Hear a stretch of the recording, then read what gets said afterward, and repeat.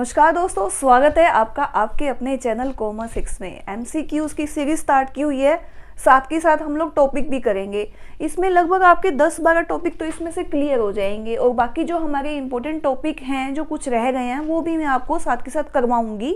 अभी आप एक बार एमसीक्यूज की जो सीरीज है वो देखिए कि क्या है, इसके अंदर कौन कौन से पॉइंट हैं। कुछ तो मैंने वो टॉपिक लिए हैं जो पिछले साल पेपर में आए हुए थे और उससे मिलते जुलते कुछ टॉपिक इसमें ही हम लोग क्लियर कर लेंगे। चलिए देखते हैं एक बार। सबसे पहले है जी हमारा साइंटिफिक मैनेजर ऑफ। साइंटिफिक जो मैनेजर हैं उनके फादर किसे कहा जाता है, यानी कि साइंटिफिक मैनेजमेंट के फादर कौन हैं। तो साइंटिफिक मैनेजर के फादर हैं जी हेनरी फेयोल, एल्टन मायो, या फिर चेस्टर बेनार्ड, या फिर एफ.डब्ल्यू. टेलर। तो साइंटिफिक मैनेजमेंट के जो फादर हैं वो हैं जी एफ.डब्ल्यू. टेलर।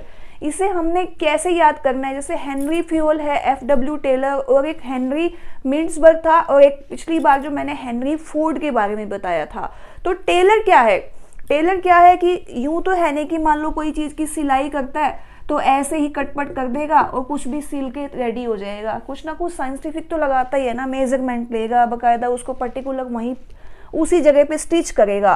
तो साइंटिफिकली हो गया। अभी टेलर है वो कुछ ना कुछ अपना दिमाग लगाएगा, तो आपको वैसे ही याद कर लेना है कि साइंटिफिक क्या है, टेलर से उसको आपने कोरिलेट करना है, तो साइंटिफिक मैनेजमेंट है। अच्छा, उसके बाद अगला हमारा क्या है? अगला है जी bonus share issued. Bonus share किसको इशू किए जाते हैं? मैंने आपको कंपनी वाला जो चैप्टर कराया था उसके अंदर भी बताया था, जैसे कि आपका जो स्वीट इक्विटी शेयर है वो एक किस्म से बोनस शेयर ही तो होते हैं कि जब हम किसको देते हैं, हम अपने एम्प्लॉयज़ को देते हैं, हम अपने जो हमारे जो डायरेक्टर्स हैं उनको देते हैं as a bonus. Bonus share हमेशा ही इक्विटी होते हैं, प्रेफरेंस नहीं होते, ध्यान रखिएगा आप लोग। इक्विटी शेयर होल्डर ऑप्शन में है, preference share holder, debenture holder, secured creditor. तो आपने क्या करना है, अगर बाई चांस आ जाता है तो इक्विटी शेयर होल्डर पर ही टिक करना है। इक्विटी शेयर होल्डर एक होता है जी sweet equity share. Sweet equity share एक होता है स्वीट इक्विटी शेयर जो मैंने आपको बताया था कि मार्केट रेट से कम। इसी तरह से जो बोनस शेयर होते हैं ना वो भी ऐसे ही होते हैं कि जैसे मान लो कंपनी ने कोई एक्स्ट्रा रिवार्ड देना है तो वो बदले में पैसे की जगह कम उसको जो हमारे जो एम्प्लॉयज़ हैं या वर्कर हैं उनको क्या करेगी, वो बोनस के तौर पे शेयर दे देगी। तो वो शेयर कौन से होंगे? हमेशा ही इक्विटी होंगे, ध्यान रखिएगा इसको भी। अगला पॉइंट है जी हमारा oldest form of organisation. Organisation में से भी क्वेश्चन आता है कि पहले क्या चलता था। पहले तो सिंपल अपना ऑर्गेनाइजेशन होती थी भी मैंने अगर कोई काम करना है तो मैंने क्या किया, मैंने नीचे वाले को बता दिया, नीचे वाले ने फिर नीचे बता दिया, फिर उसने नीचे कर दिया, यानी कि हायर मैनेजमेंट हो गई, फिर उसके बाद मिडल हो गई, फिर उसके बाद अपना लोअर मैनेजमेंट आ गई, फिर ये फोरमैन वगैरह जो बाकी वर्कर्स हैं वो काम को क्या करते थे, इसको ऐसे डिलीवर हो जाता था। तो लाइन मैनेजमेंट है, या तो ऐसे कर लो या ऐसे लाइन मैनेजमेंट है, सिंपल था। लेकिन क्या अब क्या चलता है? ओल्डेस्ट कौन सी होती थी? ओल्डेस्ट तो लाइन मैनेजमेंट ही है कि सीधा सीधा था। तो अब क्या है, अब इसके अंदर ये आ गया, एक तो लाइन मैनेजमेंट, एक लाइन एंड स्टाफ, फंक्शनल या मैट्रिक्स। तो आज के टाइम में कौन सा चलता है? आज के टाइम में मैट्रिक्स चलता है ज़्यादा जनरली, क्योंकि एक बंदा क्या है वो कई कई काम करता है, कई कई यूनिट में काम करता है, डिवाइड होता है। तो मैट्रिक्स के हिसाब से होता है, पर्टिकुलर सेक्शंस जो हैं वो डिवाइड होते हैं, उसके अकॉर्डिंग काम किया जाता है। पहले जो सबसे ओल्डेस्ट फॉर्म है वो लाइन मैनेजमेंट की है, लाइन ऑर्गेनाइजेशन की कह सकते हैं, मैनेजमेंट का ये एक पार्ट है। और धीरे धीरे क्या हुआ कि लाइन के साथ स्टाफ को भी जोड़ा गया।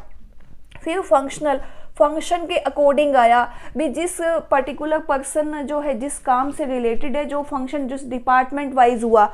अब क्या है कि मल्टी हो गया भी। मैट्रिक्स के अंदर क्या है कि मान लो जैसे एक यूनिट के अंदर काम चल रहा है, वहाँ पे काम खत्म हुआ तो दूसरी यूनिट में उस पर्सन को शिफ्ट कर दिया गया, तो वो मैट्रिक्स के अंदर आ जाता है। ठीक है, फिर ये हो गया जी आपका ऑर्गेनाइजेशन का ओल्डेस्ट फॉर्म आ जाए तो लाइन ऑर्गेनाइजेशन है। फिर अगला है जी हमारा span of management. Span of management का क्या मतलब हो गया कि एक मैनेजमेंट पहले टाइम में हुआ करती थी और आज जो मैनेजमेंट है, मैनेजमेंट मैंने आपको पहले भी बताया था कि मैनेजमेंट मालिक तो नहीं है, ओनर तो नहीं है मैनेजर, लेकिन ओनर से कम भी नहीं है। पूरी रिस्पॉन्सिबिलिटी किसकी होती है? मैनेजर की होती है। सब काम मैनेजर को ही देखने होते हैं। पहले मैनेजर का ऐसे नहीं था। मैनेजर क्या था कि एक सैलरी पे एक मैनेजर रख लिया, उसने थोड़ा बहुत काम संभाला और उसकी जिम्मेवारी खत्म। लेकिन आज उसकी पूरी रिस्पॉन्सिबिलिटी है। अगर वो सेल मैनेजर है तो सेल से लेकर ऊपर तक की पूरी रिस्पॉन्सिबिलिटी उसकी रहेगी कि सेल कम हुई तो क्यों हुई, कैसे उसको बढ़ाया जाए, कितना उसका टारगेट है। आजकल तो बहुत कुछ है। तो क्या है कि जो मैनेजमेंट है, मैनेजमेंट को स्पैन कैसे किया जाए, उसको बढ़ाया कैसे जाए, तो कुछ ऑप्शंस हैं इसके अंदर। एक तो है कि वो एक पर्सन को ही सुपरवाइज करे। तो एक पर्सन को सुपरवाइज अगर वो कर रहा है तो स्पैन ऑफ मैनेजमेंट थोड़ी है, मैनेजमेंट कहाँ बढ़ी, वो तो वहीं की वहीं रह गई। एक आपका पॉइंट इसके अंदर था, a manager can supervise limited of executives, limited number of executive, यानी कि एक मैनेजर है वो जितने अपने एम्प्लॉयज रखे हुए हैं उनके एग्जीक्यूटिव, यानी कि उनके लीडर्स जो हैं। जैसे मान लीजिए, इसको समझिए आप एक बार कि स्पैन ऑफ मैनेजमेंट क्या हुआ। स्पैन ऑफ मैनेजमेंट के अंदर उन्होंने क्या किया कि जैसे एक ग्रुप बनाया, ये ग्रुप हो गया, इसके अंदर बहुत सारे एम्प्लॉयज हैं और उन सबका एक एग्जीक्यूटिव बना दिया। फिर ये ऐसे इतने सारे ग्रुप हैं, यहाँ पर भी बहुत सारे ये हो गए पर्सन, फिर ये हो गया। अब इन सब के एग्जीक्यूटिव्स को एक पर्सन सुपरवाइज करेगा जो मैनेजर है। तो यानी कि मैनेजमेंट के ऊपर भी मैनेजर हो गया, एक बड़ा मैनेजर हो गया। इसने इनको सुपरवाइज करा, ये इनको भी करेगा, ये इनको भी करेगा, ये इनको भी करेगा। तो ये स्पैन ऑफ मैनेजमेंट हो जाएगा, यानी मैनेजमेंट का दायरा बढ़ गया। तो स्पैन ऑफ मैनेजमेंट का मतलब क्या हुआ कि जो मैनेजमेंट है उसका दायरा बढ़ जाना, उसकी जो वर्किंग एफिशिएंसी है वो बढ़ेगी। तो कैसे बढ़ेगी? वो बढ़ेगी इस तरह से कि एक पर्टिकुलर मैनेजर सबके एग्जीक्यूटिव्स का मैनेजमेंट करे। ठीक है, तो ये बनेगा आपका।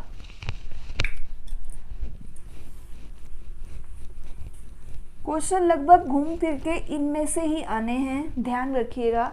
आप अगर पिछले जितने भी एमसीक्यूज देखते हैं तो क्वेश्चन घूम फिर के टॉपिक में से उनमें से ही आ रहे हैं। देखिए ध्यान से। अब आप एक और क्वेश्चन है कि ऑडिटर इज कंपल्सरी। ऑडिटर किसके लिए कंपल्सरी होता है? अगर हम जनरली बात करें सोल प्रोप्राइटरशिप की, तो सोल प्रोप्राइटरशिप के लिए ऑडिटिंग इतनी ज़्यादा जरूरी नहीं होती। अगर उसका जो टर्नओवर है लगभग 1 करोड़ से ज़्यादा का नहीं है तो कोई दिक्कत नहीं है, आराम से अपना वो काम कर रहा है, उसको ऑडिट कराने की क्या जरूरत है। हाँ, बाद में वो इनकम टैक्स के आजकल जैसे जीएसटी वगैरह है या टैक्स वैक्स भरना है वो तो वो भरेगा ही, लेकिन ऑडिटिंग की उसको ऑडिटर रखना जरूरी नहीं होता। फिर आ गया जी, तो सोल प्रोप्राइटर तो यहाँ पर खत्म हो गया। फिर है पार्टनरशिप फर्म। पार्टनरशिप फर्म को भी ऑडिट करानी जरूरी नहीं होती। एलएलपी के अंदर मैंने बताया था आपको, अगर एलएलपी है यानी कि लिमिटेड लाइबिलिटी और पार्टनरशिप है, उसके अंदर अगर टर्नओवर 40 लाख से ज़्यादा है तो ऑडिटिंग करानी जरूरी है। लेकिन अगर पार्टनरशिप फर्म है तो पार्टनरशिप फर्म के अंदर ऑडिटिंग जरूरी नहीं है। फिर आगे ऑल ऑफ अबव, जब ये दो नहीं है तो ऑल ऑफ अबव वाला जो ऑप्शन है वो तो साथ के साथ ही खत्म हो गया। फिर आ गया जी joint stock company. Joint stock company चाहे कितनी भी टर्नओवर रखती हो उसको ऑडिटिंग करानी जरूरी होती है, कंपलसरी है। ये 1956 एक्ट में भी था, ये 2013 के एक्ट में भी है कि ऑडिटिंग करानी कंपनी के लिए बहुत ज़्यादा जरूरी है। तो ये ऑप्शन आपका ठीक हो जाएगा। फिर एक और क्वेश्चन था आपका, पिछली बार आया हुआ था 2019 वाले पेपर के अंदर, कंपनी से रिलेटेड है। कंपनी से रिलेटेड बहुत क्वेश्चन आए हुए थे, 2-3, देखिएगा ध्यान से। कंपनी एक्ट 2013 के अंदर मेमोरेंडम में कौन सा पार्ट नहीं है? मेमोरेंडम क्या होता है? मेमोरेंडम क्या होता है कि कंपनी की एक किस्म से प्रपोजल होता है कि कंपनी की पूरी कैपिटल के बारे में, वर्किंग एफिशिएंसी, आगे जो वो काम करेंगे, क्या नाम होगा, कितनी लाइबिलिटीज होंगी, कितनी कैपिटल होगी, सब कुछ उसके अंदर लिखा होता है। तो मेमोरेंडम ऑफ एसोसिएशन के अंदर नाम होता है, नेम क्लाउज होता है, बिल्कुल होता है। फिर है लाइबिलिटी क्लाउज होता है, लाइबिलिटी क्लाउज बिल्कुल होता है कि कितनी लाइबिलिटी किसकी रहेगी। कैपिटल क्लाउज होता है, बिल्कुल होता है कि कैपिटल कितनी रहेगी, कितनी एथोराइज कैपिटल है, कितनी एथोराइज्ड होगी, कितनी सब्सक्राइब्ड होगी, जो मैंने आपको पिछली बार एक बार बताया भी था कि कितनी एथोराइज कैपिटल होगी। वो सब कुछ किसमें होता है? मेमोरेंडम ऑफ एसोसिएशन के अंदर। लेकिन ये है जी नेविएशन क्लाउज, नोविएशन नोवेशन बोलते हैं जिसको। नोवेशन का मतलब क्या होता है कि नवीनता भी। कंपनी दोबारा से जब रीन्यू होगी तो क्या रूल एंड रेगुलेशन होगी, ऐसा तो कुछ नहीं है, कंपनी रीन्यू थोड़ी होगी। नवीनता किस चीज़ की नवीनता, कंपनी की जो एग्जिस्टेंस है वो तो परपेचुअल होती है, तो क्या है कि वो तो कभी भी मरेगी नहीं कंपनी, चाहे उसके मेंबर्स हैं वो कितने भी ज़्यादा काम करें ना करें, कैसे भी रहे, कंपनी हमेशा चलती रहेगी। तो नवीनता का तो मतलब नहीं है, तो ये क्लाउज नहीं होता। नेम होता है, लाइबिलिटी होती है, कैपिटल के बारे में होता है। फिर एक क्वेश्चन है, ये लगभग आपके पिछली बार के ही है क्वेश्चन। तो पिछली बार ये क्वेश्चन आया हुआ था आपका कि मनी मार्केट का कौन सा इंस्ट्रूमेंट नहीं है। तो मनी मार्केट क्या होती है, एक मनी मार्केट होती है हमारी मनी मार्केट, और एक होती है हमारी कैपिटल मार्केट। मनी मार्केट को कौन देखता है, आरबीआई देखता है, और कैपिटल मार्केट को कौन देखता है, सेबी देखता है। मनी मार्केट के अंदर कॉल मनी जो एक रात के लिए होती है, ओवरनाइट, उसके बाद जैसे ही 14 दिन के लिए होगी तो नोटिस मनी। पहले कॉल मनी है, फिर नोटिस मनी में कन्वर्ट हो जाएगी वो, तो ये होती है। अच्छा, एक है जी, तो इसका मतलब क्या हुआ कि मनी मार्केट का हिस्सा है ये, कॉल मनी है इसके अंदर, बिल्कुल है। कॉमर्शियल पेपर, कॉमर्शियल पेपर भी इसी का ही पार्ट है, होता है कॉमर्शियल पेपर। कॉमर्शियल पेपर क्या होता है कि जब कोई कंपनी लोन लेना चाहती है तो वो क्या करेगी, अपनी मतलब कि अगर मान लो कोई ऐसी कंपनी है जिसकी टर्नओवर 40 करोड़ से ज़्यादा है, जिस कंपनी की टर्नओवर 40 करोड़ से ज़्यादा है, वो कंपनी कॉमर्शियल पेपर इशू कर सकती है बैंक की तरफ से। बैंक को वो कॉमर्शियल पेपर देगी और बैंक उसको रिलीज करेगा, तो वो क्या होगी, कंपनी ये सेफ नहीं होती है। कॉमर्शियल पेपर सेफ नहीं होते। कई बार क्वेश्चन ये भी आता है कि क्या कॉमर्शियल पेपर सेफ होते हैं, क्या वो सुरक्षित होते हैं, नहीं। लेकिन हाँ, ये कंडीशन है कि उस कंपनी का टर्नओवर 40 करोड़ से ज्यादा होना चाहिए, ठीक है। तो कॉमर्शियल पेपर भी क्या है, मनी मार्केट का हिस्सा है। और एक होता है जो ट्रेजरी बिल। ट्रेजरी बिल का भी क्वेश्चन आया हुआ एक बार कि जो ट्रेजरी बिल है कितने दिन के लिए होते हैं, 91, 182 डेज और 364 डेज के लिए, यानी कि एक दिन से लेकर 364 दिन के लिए जो भी मार्केट है जो कंट्रोल करती है, आरबीआई कंट्रोल करती है, यानी कि शॉर्ट टर्म के लोन जो हैं उनको मनी मार्केट कंट्रोल करती है। और मनी मार्केट को कौन कंट्रोल करता है, आरबीआई कंट्रोल करता है। तो मनी मार्केट के अंदर ट्रेजरी बिल है, बिल्कुल है। कॉमर्शियल पेपर है। कॉल मनी है। प्रेफरेंस शेयर किसका हिस्सा है, कैपिटल मार्केट का। कैपिटल मार्केट का है जी शेयर्स, डिबेंचर्स, ये सब किसके हैं, कैपिटल मार्केट के हैं। शेयर्स के अंदर इक्विटी भी आ जाएगा, प्रेफरेंस भी आ जाएगा। तो प्रेफरेंस शेयर मनी मार्केट का हिस्सा नहीं है, वो कैपिटल मार्केट का हिस्सा है, ये ध्यान रखिएगा आप। देखिए ना कितने सारे टॉपिक आज हमारे क्लियर हो गए इसी में। मनी मार्केट हो गया, कैपिटल मार्केट हो गया, ट्रेजरी बिल हो गया, कॉमर्शियल पेपर, कॉल मनी, सब कुछ हमने देख लिया। 14 दिन के लिए अगर होता है तो नोटिस मनी आ जाएगा, और एक दिन के लिए तो कॉल मनी हो जाएगा, ठीक है।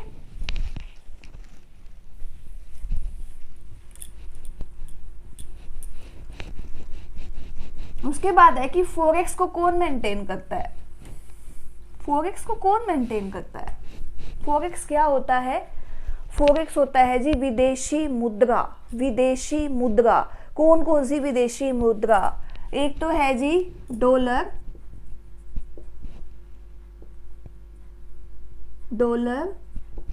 स्टर्लिंग,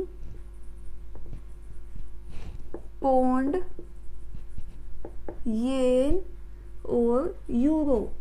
ये 5 टाइप की जो करेंसी है, इसमें विदेशी मुद्रा को रखा जाता है। उसको कंट्रोल कौन करता है, उसको देखभाल कौन करता है, उसकी। फेमा नहीं, ये तो एक्ट है। फेरा, ये भी एक्ट है, नहीं। एग्जिम बैंक, कंट्रोल करता है फॉरेन एक्सचेंज को, लेकिन वो रखता नहीं है, नहीं। बचा कौन? आरबीआई। आरबीआई मेंटेन करता है इसको, ठीक है। करेंसी पूछी जा सकती है, 5 टाइप की करेंसी होती है, डॉलर, स्टर्लिंग, पौंड, येन और यूरो के अंदर। फिर आ गया जी एसडीआर। एसडीआर क्या होता है? Special drawing rights. Special drawing rights होते हैं ये। तो ये स्पेशल ड्रॉइंग राइट है।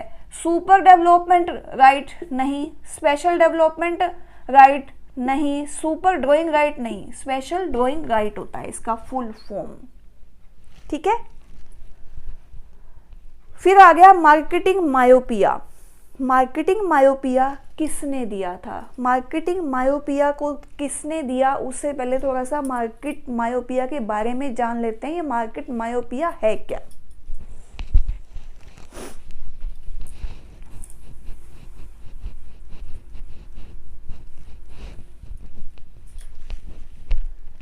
उन्नीस 1960 के अंदर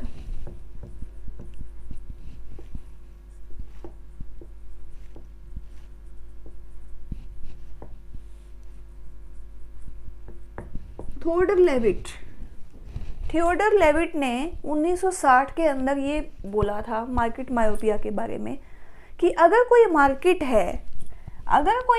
है वो नैरो है, मतलब कि कोई प्रोड्यूसर ये कहता है कि मुझे तो ना मेरी भाई सेल बहुत करनी है, मुझे तो सेल करनी है, मेरी प्रोडक्शन पे ध्यान दो, सिर्फ मेरी प्रोडक्शन अच्छी होगी ना, बस मैंने तो प्रोडक्शन पे ध्यान देना है, तो ना मेरे कस्टमर है ना मेरे बन जाएंगे, सब सामान को परचेज करेंगे।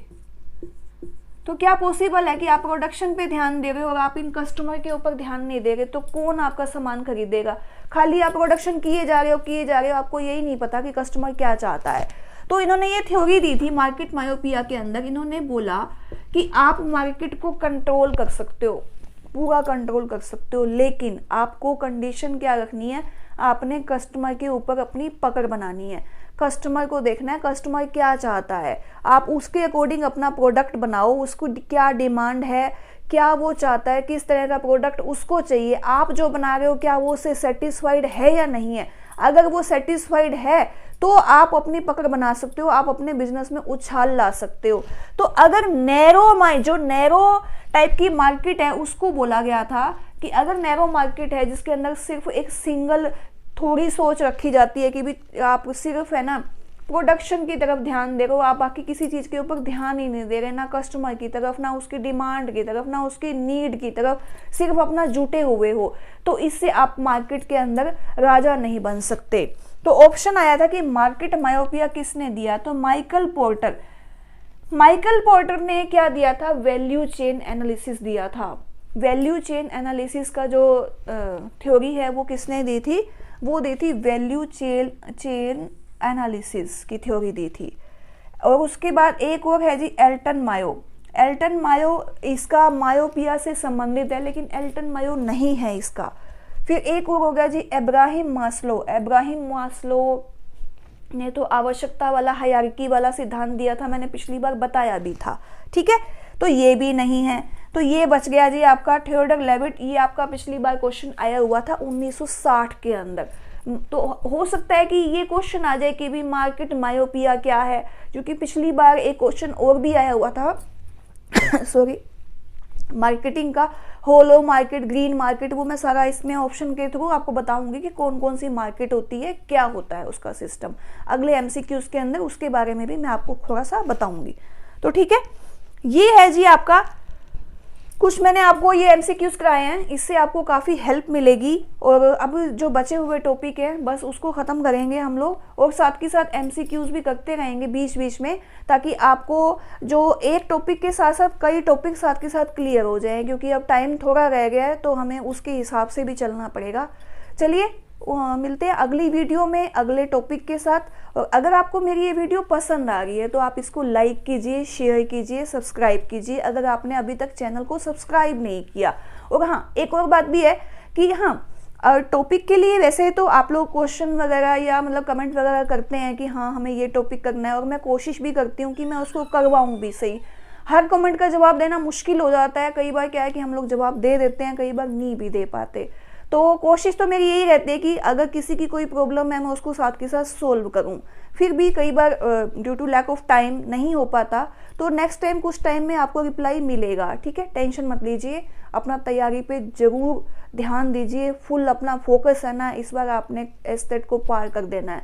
और हाँ, एस्टेट पार बिल्कुल होना चाहिए। जब हम लोग इतनी मेहनत कर रहे हैं तो फिर हमारा एस्टेट क्यों नहीं होगा, इस बार जरूर होगा। अब की बार एस्टेट पार। चलिए मिलते हैं अगली वीडियो में। Thank you.